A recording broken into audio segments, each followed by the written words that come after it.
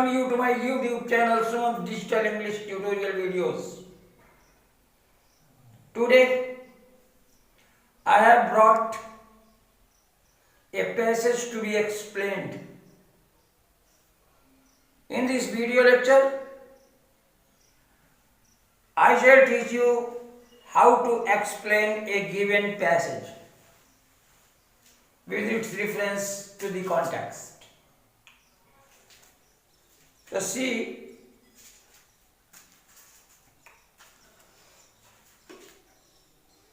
explain with reference to the context.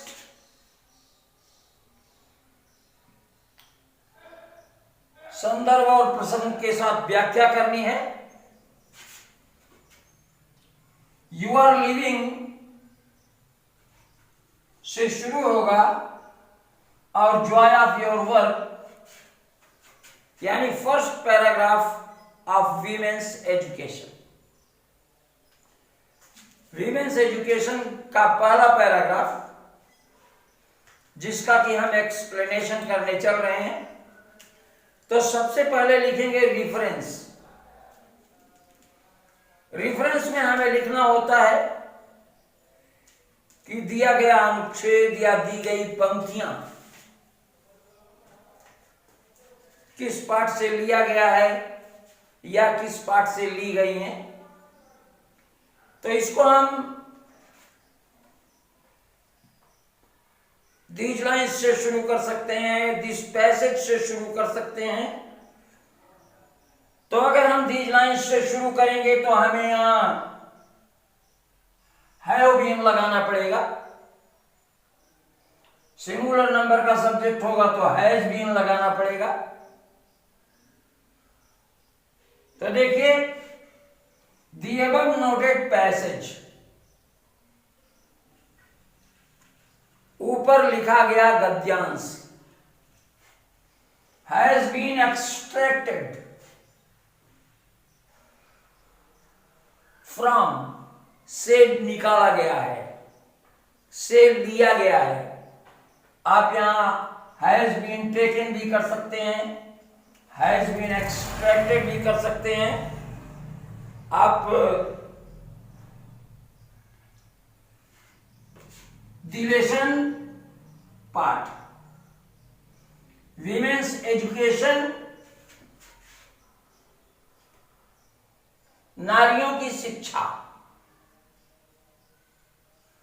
Retain by doctor S Radhakrishnan, doctor S Radhakrishnan द्वारा लिखित.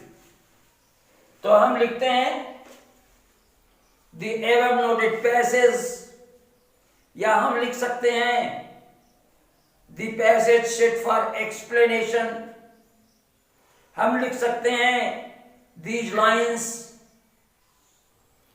तो whatsoever you like, इनमें से आपको जो भी पसंद हो आप वहां से शुरू कर सकते हैं. सब्जेक्ट के अकॉर्डिंगली वर्ब लगेगी. अगर आप दीज लाइन्स या दीज गिवन लाइन्स लिखते हैं तो वहां आपको हैव बीन लगाना पड़ेगा.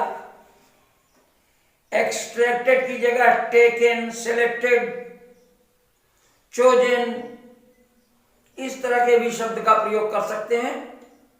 तो देखिए, the above noted passage has been extracted from the lesson women's education written by doctor S Radhakrishnan. तो ये रिफरेंस, इस पार्ट में कोई सा भी पैसेज आए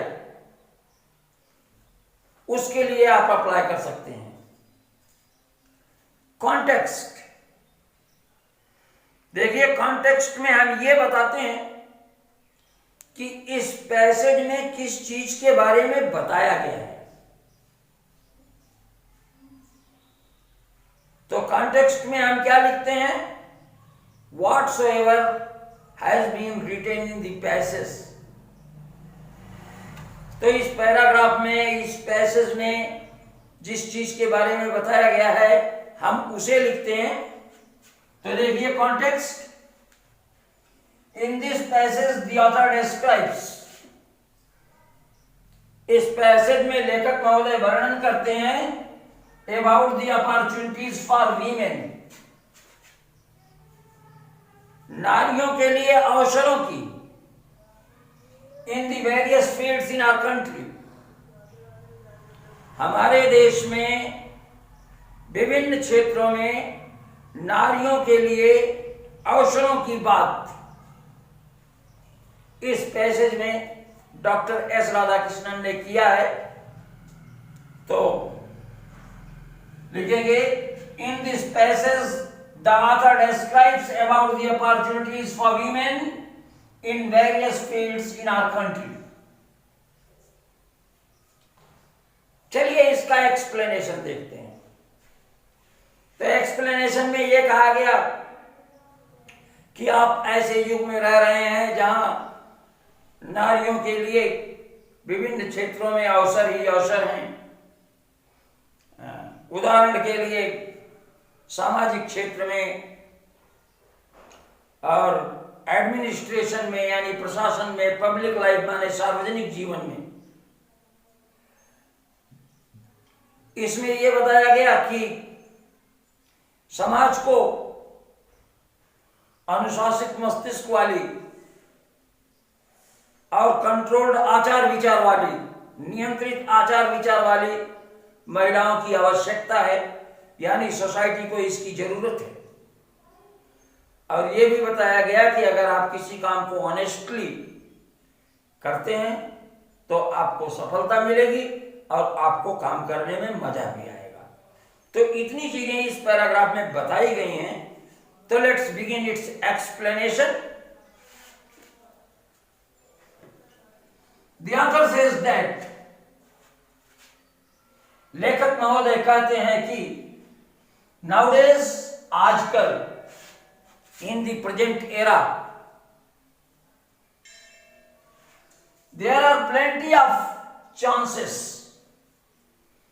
बहुत से अवसर हैं for women, महिलाओं के लिए, to show their caliber, अपनी योग्यता प्रदर्शित करने के, in various fields, विभिन्न क्षेत्रों में, such as in the field of social work, सामाजिक कार्य के क्षेत्र में, in the field of public life, सार्वजनिक जीवन के क्षेत्र में, and in administration too, प्रशासन में भी अवसर ही अवसर हैं। In fact, the demand of disciplined minds of women whose manners are controlled has increased in the present society. तो वास्तव में अनुशासित मस्तिष्क वाली महिलाओं की डिमांड, जिनके की आचार विचार नियंत्रित हों, समाज में बढ़ गई है। आधुनिक समाज में किसकी डिमांड बढ़ी हुई है? विमेन ऑफ डिसिप्लिन्ड माइंड, अनुशासित मस्तिष्क वाली, हुज बिहेवियर्स आर कंट्रोल्ड, जिनके आचार विचार नियंत्रित हों, ऐसे महिलाओं की डिमांड बढ़ गई है। तो any work which is done honestly with complete dedication provides success and pleasure. काम कोई सा भी हो, अगर उसे हम ईमानदारी से करते हैं, अगर हम उसे पूर्ण मनोयोग से करते हैं, तो उससे सफलता और प्रसन्नता प्राप्त होती है। तो any work which is done honestly, कोई भी काम जो ईमानदारी के साथ किया जाता है, विथ कंप्लीट डिवोशन, डेडिकेशन, पूर्ण समर्पण के साथ, पूर्ण मनोयोग के साथ, तो it provides success and pleaser, इससे हमें सफलता और खुशी दोनों प्राप्त होती है। तो in order to success in life, जीवन में सफल होने के लिए whatever work is undertaken, चाहे जिस भी तरह का काम चुना जाए, किसी भी तरह का काम लिया जाए, should be accomplished honestly, ईमानदारी के साथ पूरा किया जाना चाहिए, in order to have the joy of work, उस कार्य का आनंद प्राप्त करने के लिए। तो गाइस, मैं समझता हूं कि आपने समझ लिया होगा। तो रेफरेंस लिखेंगे, the above noted passage has been extracted from the lesson Women's Education written by Dr. S. Radhakrishnan। इसके कॉन्टेक्स्ट में लिखेंगे, in this passage the author describes about the opportunities for women in various fields in our country। और explanation में लिखेंगे, the author says that there are plenty of opportunities for women to show their caliber in the various fields such as social work, public life, administration। In fact, the demand of the women of disciplined mind and controlled manners have been increased in the society। तो आप लिखेंगे, in fact the demand of disciplined minds of women whose manners are controlled has increased in the present society। Any work which is done honestly with complete dedication provides success and pleasure। In order to succeed in life, whatever work is undertaken should be accomplished honestly to have the joy of work। So I hope you must have liked this video. Watch it again and again from head to heel. Thanks for watching. Bye.